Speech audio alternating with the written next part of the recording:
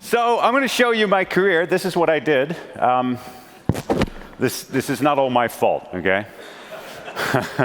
But I was on the back end of a lot of this, and I know what chaos looks like. This is chaos. Pain, hurt, suffering, dead people, lots of dead people. And so what do I do about it? Lots of devs. Lots of dev. I write a lot of books. I make a film. And then I decided, you know what, that's all dev and no ops. And I was made professor quite early in life. I mean, you produce that much stuff, they make you professor early. You go, oh my word, I have to do this for another 34 years. It created kind of an existential issue. And so I went all ops. This is all ops. Somebody develops the airplane like 50 years ago. Somebody maintains it, throws it over the wall, go fly. All right? There's a little bit of training, but it's the saddest excuse for training I've ever had in my life. But because you don't want to pay for your airfare, so we don't have money to train, you know. You know what the answer is? You'll learn it on the line. But it's very safe. It's very safe, except when you have a professor in the co-pilot seat. But I learned a couple of things here, which are quite, not here, not from you, no, but from there, from doing this stuff, which is actually confirmed by a lot of the research.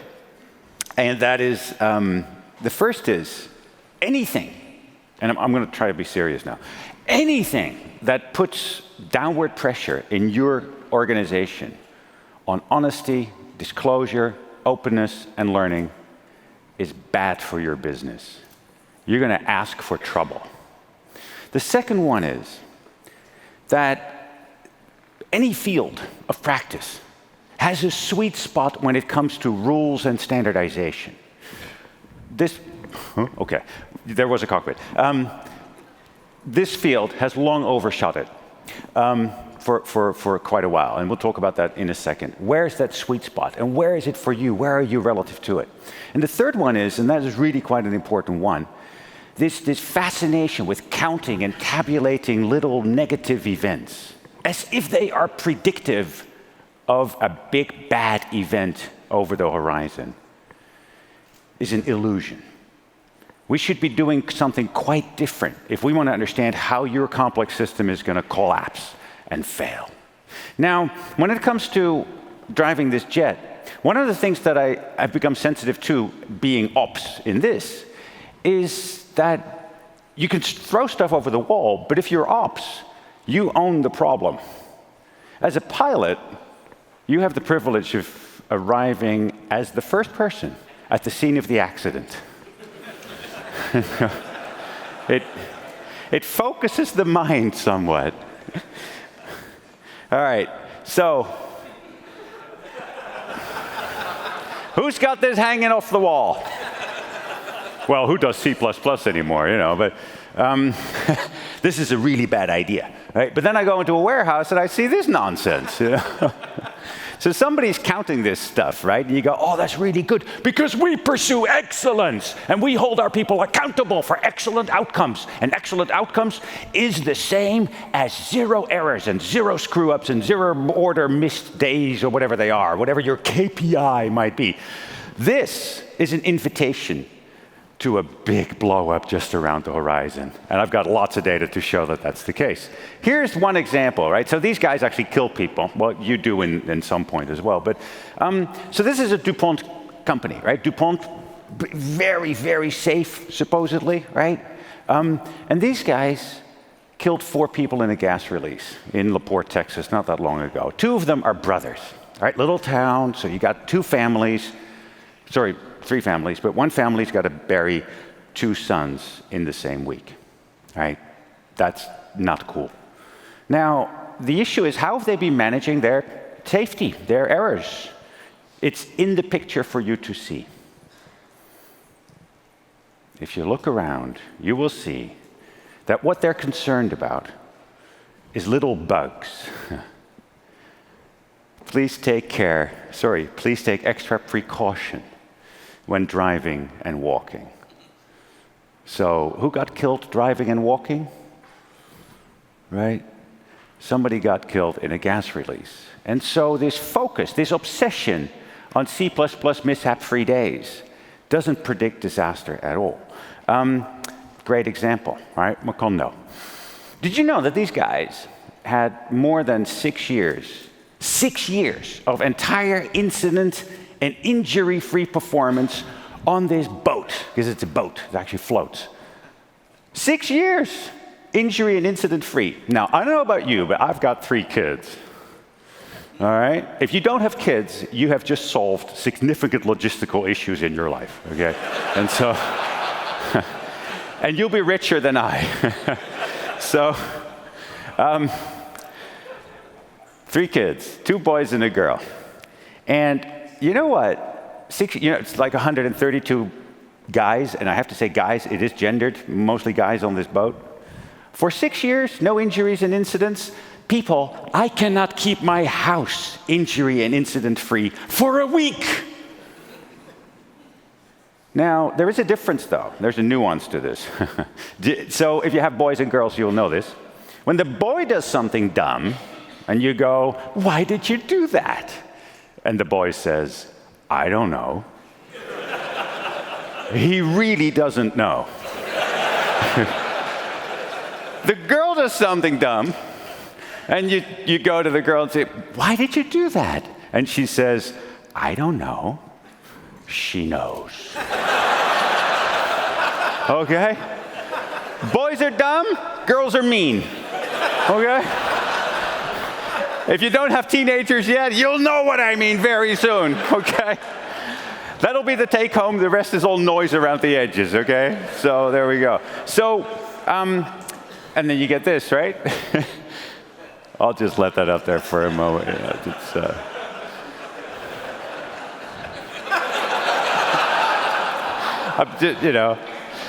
So these are very productive people. If you're employing them, it's your printer that they're using, right? And your paper and your little Post-it note. You're paying for this. I'm just saying. All right, this is lots of statistics from MIT. They want to be very intelligent people, or come across as, and so they make their statistics very complicated. But it shows something really interesting, which is the airline that seems to be less safe actually won't kill you. So the airline that reports more incidents has a lower passenger mortality risk. Now, what's fascinating, so we replicated this data across various domains, construction, retail, various other domains, and we see that there is this inverse correlation between the number of incidents reported, the honesty, the willingness to take on that conversation about what might go wrong, and things actually going wrong. So if you're going to fly back from San Francisco, find the airline that's got the most incidents, and you get on the other end alive, okay? That's the lesson. All right.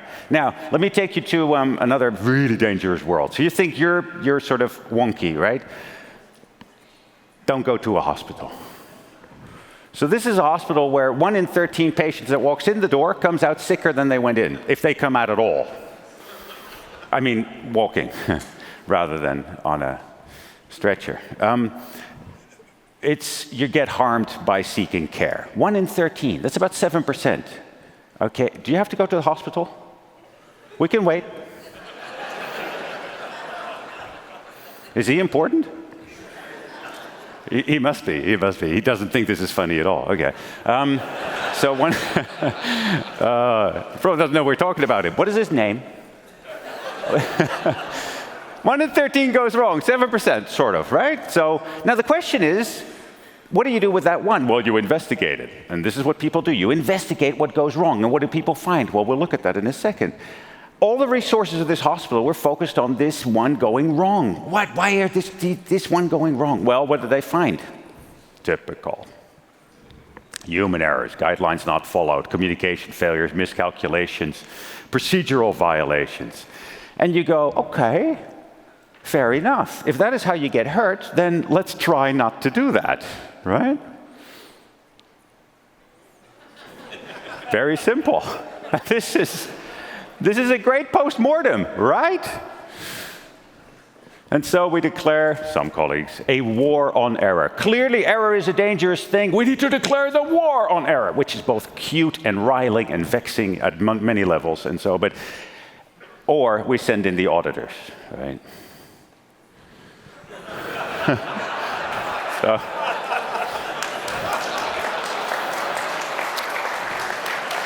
but she actually does this for a living. This is not made up, right? This is, she works in Toronto. But then we asked, do you know why the other 12 go right?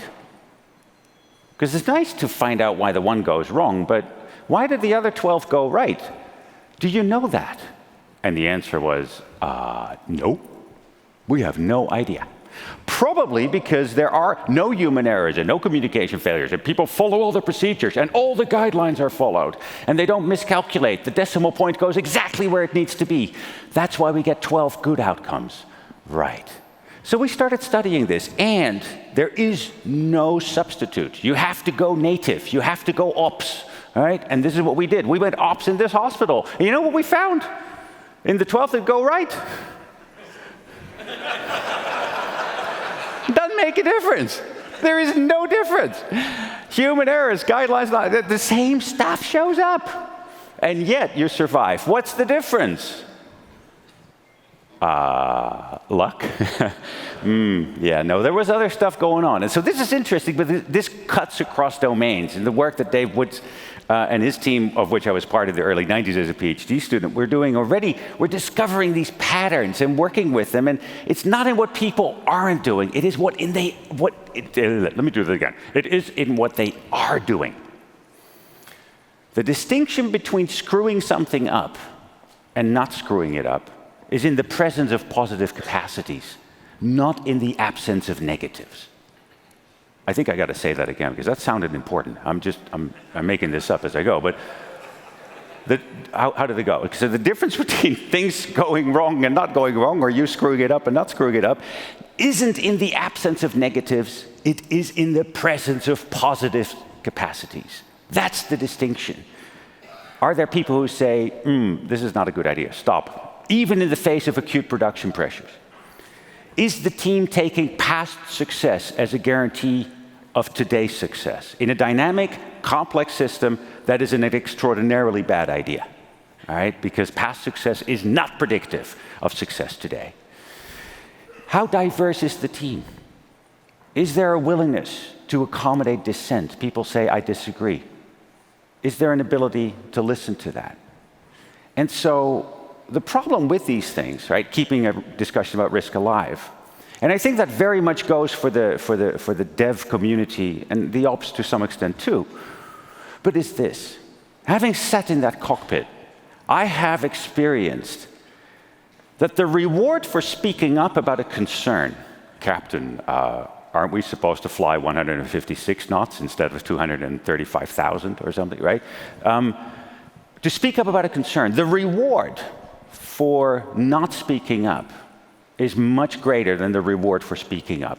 The reward for speaking up is namely uncertain and delayed. I may not even know that speaking up saved my own life. The reward for shutting up is immediate, direct, and certain. As in, I don't get in social and reputational trouble with my captain. And I think this is very true. I think you have baked this into the structure of how you guys operate, employ yourself, or are employed. Many times, and I've had a bunch of discussions with lots of colleagues here, many times, I get the sense that if you're part of a problem that you feel you want to speak up about, in a sense you feel, well, but I probably won't have to own it because I won't be here. I'll probably be employed somewhere else. I may be on the East Coast, right? And so I may be in New Zealand, which needs you as well. It's a lovely country, right? And so if you don't have to own the problem, then the reward for speaking up is not going to be there at all, right? And so you are probably not the first at the scene of the accident. You've got structurally baked into your employment, in the way you work, the easy possibility to not speak up, to not be that dissenting voice, to not raise that concern. But remember, the airline that gets you home safe is the one that does talk about their things going wrong, all right? So But this is not the only thing we need to talk about. Let's talk about rules and regulations and go to Jake's country. So Jake mic'd me up, and he's from there, right? They drive on the wrong side of the road, and they like signs and rules a lot, okay? Now, as I said, there's a sweet spot when it comes to rules, right? So there's a guy from my country, in Drachten, the Netherlands, that put up that, no. This is what happens when you go to Asia, right? No, this is a square that used to have all that, and it's all gone. And a fascinating thing happens. So they had pretty bad accidents, about 10 a year, all right? And some pretty bad outcomes. Now, traffic engineer says, let's take out all the rules, and all the signs, and all the lights, and everything. It's all gone. And now they're down to one accident. This has become a system in which people actually try to divine each other's intention. Are you going first? Is it me? And spontaneously, they all slow down to the slowest common denominator on the square. No rules, because nobody's telling them to do that. There's no sign, you shall slow down to the slowest common denominator on the square at this moment. No. And in what language would that be in Europe? You know, 15 or something. And so, well, it wouldn't have to be in English very soon, but thank you. You're with me. Good. So, spontaneous, right? This is literally horizontal coordination, the beautiful things that we see in a complex system. So I just wanted to show you those pictures to think about the sweet spot, right? Full autonomy, like here, or completely clogged with rules. You're in a good space. Well, we can debate that probably, whether you are in a good space. But remember, there is a sweet spot. Aviation has long overshot that sweet spot, right? Clogging itself with more rules. All right, final message, and that's this one. If we want to understand in complex systems how things really are going to go badly wrong, what we shouldn't do is try to glean predictive capacity just from the little bugs and incidents and the error counts that you do. No. We need to understand how success is created. And I'm going to try to explain how that works. So Eric Holnagel, a good colleague of ours in the trade, tries to paint it like this. He says, you know, much more goes right than goes wrong. And this is probably true for all the work that we do. Much more goes right. And then when things go wrong, then we do postmortems. Then we send in the hordes to try to find out what happened. But we can learn from what goes right. Now, my claim is going to be that not only should we be doing that because there's lots of data to learn how things go right, but also because for us to know how things will really go wrong, we need to understand how they go right. And here's how. So let's first talk about Abram Walt. Abram Walt? Ever heard of Abram Walt? So sort of the father of operations research, right? He's the sort of the proto-John Willis. And so, not contemporary with Deming, however. So, Abram Walt was born in 1900, Austrian-Hungarian Empire, which for a Jewish boy is not a good place to be to try to go to university in the 1930s, 20s, 30s. And so he emigrated, got to this country. Armed forces understood that he was very good at maths, in particular statistics. They send him back to Europe, to England, soon not Europe, to England, to solve the following problem. Bombers are coming back from Germany, all right, and let's not discuss the ethical implications of what it is that they were doing there, but you know, really the Dresden Cathedral, never mind. And so back, right, and they've got holes in them. Let's call them bugs, all right? So these bombers come back with lots of bugs. If you're a pilot, that's not cool, all right? Well, it's cool. It's literally cool, but it's not what you want. And so, if it's in your lifting surfaces, it's not good. And so, what they wanted was some predictive capacity for where to put some extra armor on these airplanes. Now, armor and airplanes are not good bedfellows, right? And so, not good. It's not payload. It's not fuel, and so it's just dead weight, literally. So you want to be very judicious with where you put it. So the question to Abram was, where should we put the armor? Well, he says, let me get the data. And so operations research, right? Lots of data. He measures and he calculates. So months go by. People get very impatient. But we need to start installing the armor on these airplanes. Where do we do this? I have the solution. Oh, good. So where do we put the armor? Of course, we need to put the armor where the bugs, the holes, are most likely to show up, right? That's where we need to put in extra armor, like you would do extra training or reminders or double checking, right? Where do we put the extra armor? Where the bugs are most likely to show up? 9. we need to put the armor where there are no holes, because those are the ones that don't make it back.